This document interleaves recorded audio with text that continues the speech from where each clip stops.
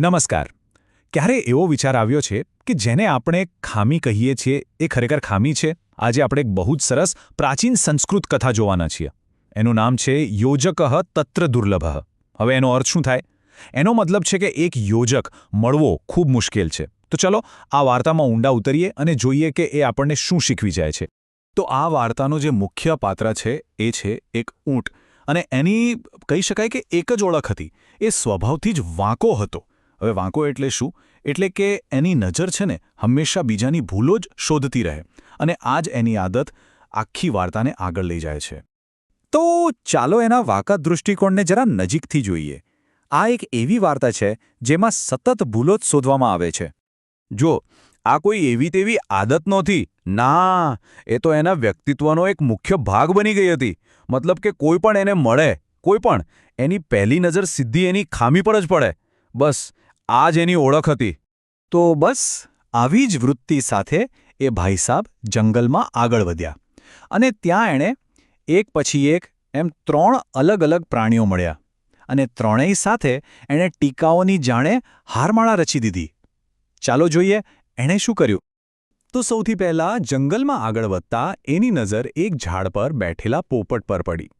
એકદમ સુંદર લીલોછમ પોપટ. પણ ઊંટને એની સુંદરતા દેખાઈ નહીં. એણે સીધું જ પોપટને ટોક્યું. અરે પોપટ, આ તારી ચાંચ તો વાંકી છે. બસ આટલું સાંભળતાં જ બિચારો પોપટ શરમાઈ ગયો અને ચૂપચાપ ત્યાંથી ઉડી ગયો. હવે ઊંટ તો આગળ વધ્યો. રસ્તામાં એને કૂતરો દેખાયો, અને એણે કૂતરાને પણ છોડ્યો નહીં. સીધું જ કહી દીધું, અરે કૂતરા, તારી પૂંછડી વાંકી છે. આ સાંભળીને પેલો કૂતરો પણ શરમાઈ ગયો અને ત્યાંથી જતો રહ્યો. પછી ઊંટ પહોંચ્યો પાણી પાસે. ત્યાં એણે એક બગલો જોયો, અને બગલાને પણ શું કહ્યું? તારી ગરદન વાંકી છે. તો જોયું, પોપટ, કૂતરો, બગલો, એક પછી એક એણે દરેકની ટીકા કરી. એની એક નકારાત્મક પેટર્ન હવે સ્પષ્ટ દેખાઈ રહી હતી. પણ હવે વાર્તામાં એક વળાંક આવે છે. એક એવું પાત્ર આવે છે જે ઊંટના આ દૃષ્ટિકોણને પડકાર ફેંકશે, અને એ છે શિયાળ. તો રસ્તામાં આ ઊંટને એક હોશિયાર શિયાળ મળ્યો. શિયાળે તો ખાલી સાધારણ રીતે પૂછ્યું, કેમ છો? અને બસ, ઊંટ તો પોતાની ફરિયાદોનો આખો પટારો લઈને બેસી ગયો. એણે શિયાળને ફરિયાદ કરવાનું શરૂ કર્યું.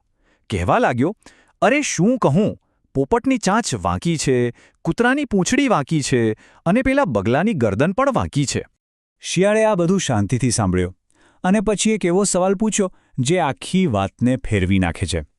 સવાલ એ હતો કે શું દરેક ખામી પાછળ કોઈ હેતુ હોઈ શકે? અને હવે શિયાળ ઊંટને એક નવો જ પાઠ ભણાવે છે. એ સમજાવે છે કે દુનિયામાં દરેક વસ્તુનો કોઈક ને કોઈક હેતુ હોય છે. શિયાળે સમજાવ્યું, જુઓ, પોપટની ચાંચ વાંકી છે એટલે જ તો એ માણસની જેમ બોલી શકે છે.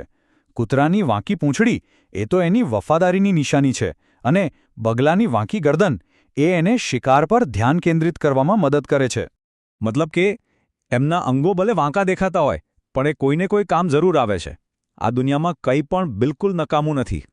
શિયાળની આ વાતો ઊંટના મગજમાં ઉતરી ગઈ, અને આ જ વાત આપણને આ કથાના સૌથી મહત્વના બોધ તરફ લઈ જાય છે: યોજકની દુર્લભતા. આખી વાર્તાનો સાર જે છે એ આ એક સંસ્કૃત શ્લોકમાં સમાયેલો છે.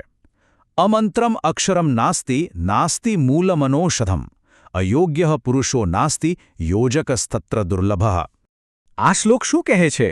એ કહે છે કે એવો કોઈ અક્ષર નથી જે મંત્ર ન બની શકે, એવું કોઈ ઝાડનું મૂળ નથી જે ઔષધિ ન હોય, અને સૌથી અગત્યનું, એવી કોઈ વ્યક્તિ નથી જે અયોગ્ય હોય. તો પછી સમસ્યા ક્યાં છે? શ્લોકની છેલ્લી લાઈન કહે છે, માત્ર એક યોજક, એને શોધવો દુર્લભ છે. તો આ યોજક એટલે શું? યોજક એટલે જોડનાર. એક એવી વ્યક્તિ જે વસ્તુઓને જોડીને એમાંથી કંઈક મૂલ્યવાન બનાવે છે, જે ખામીઓ નહીં પણ શક્યતાઓ જુએ છે. અને આ વાર્તા અંતમાં આપણને એક સવાલ સાથે છોડી જાય છે. આપણી આસપાસ ટીકા કરનારા તો બહુ સહેલાઈથી મળી જાય છે, બરાબર ને?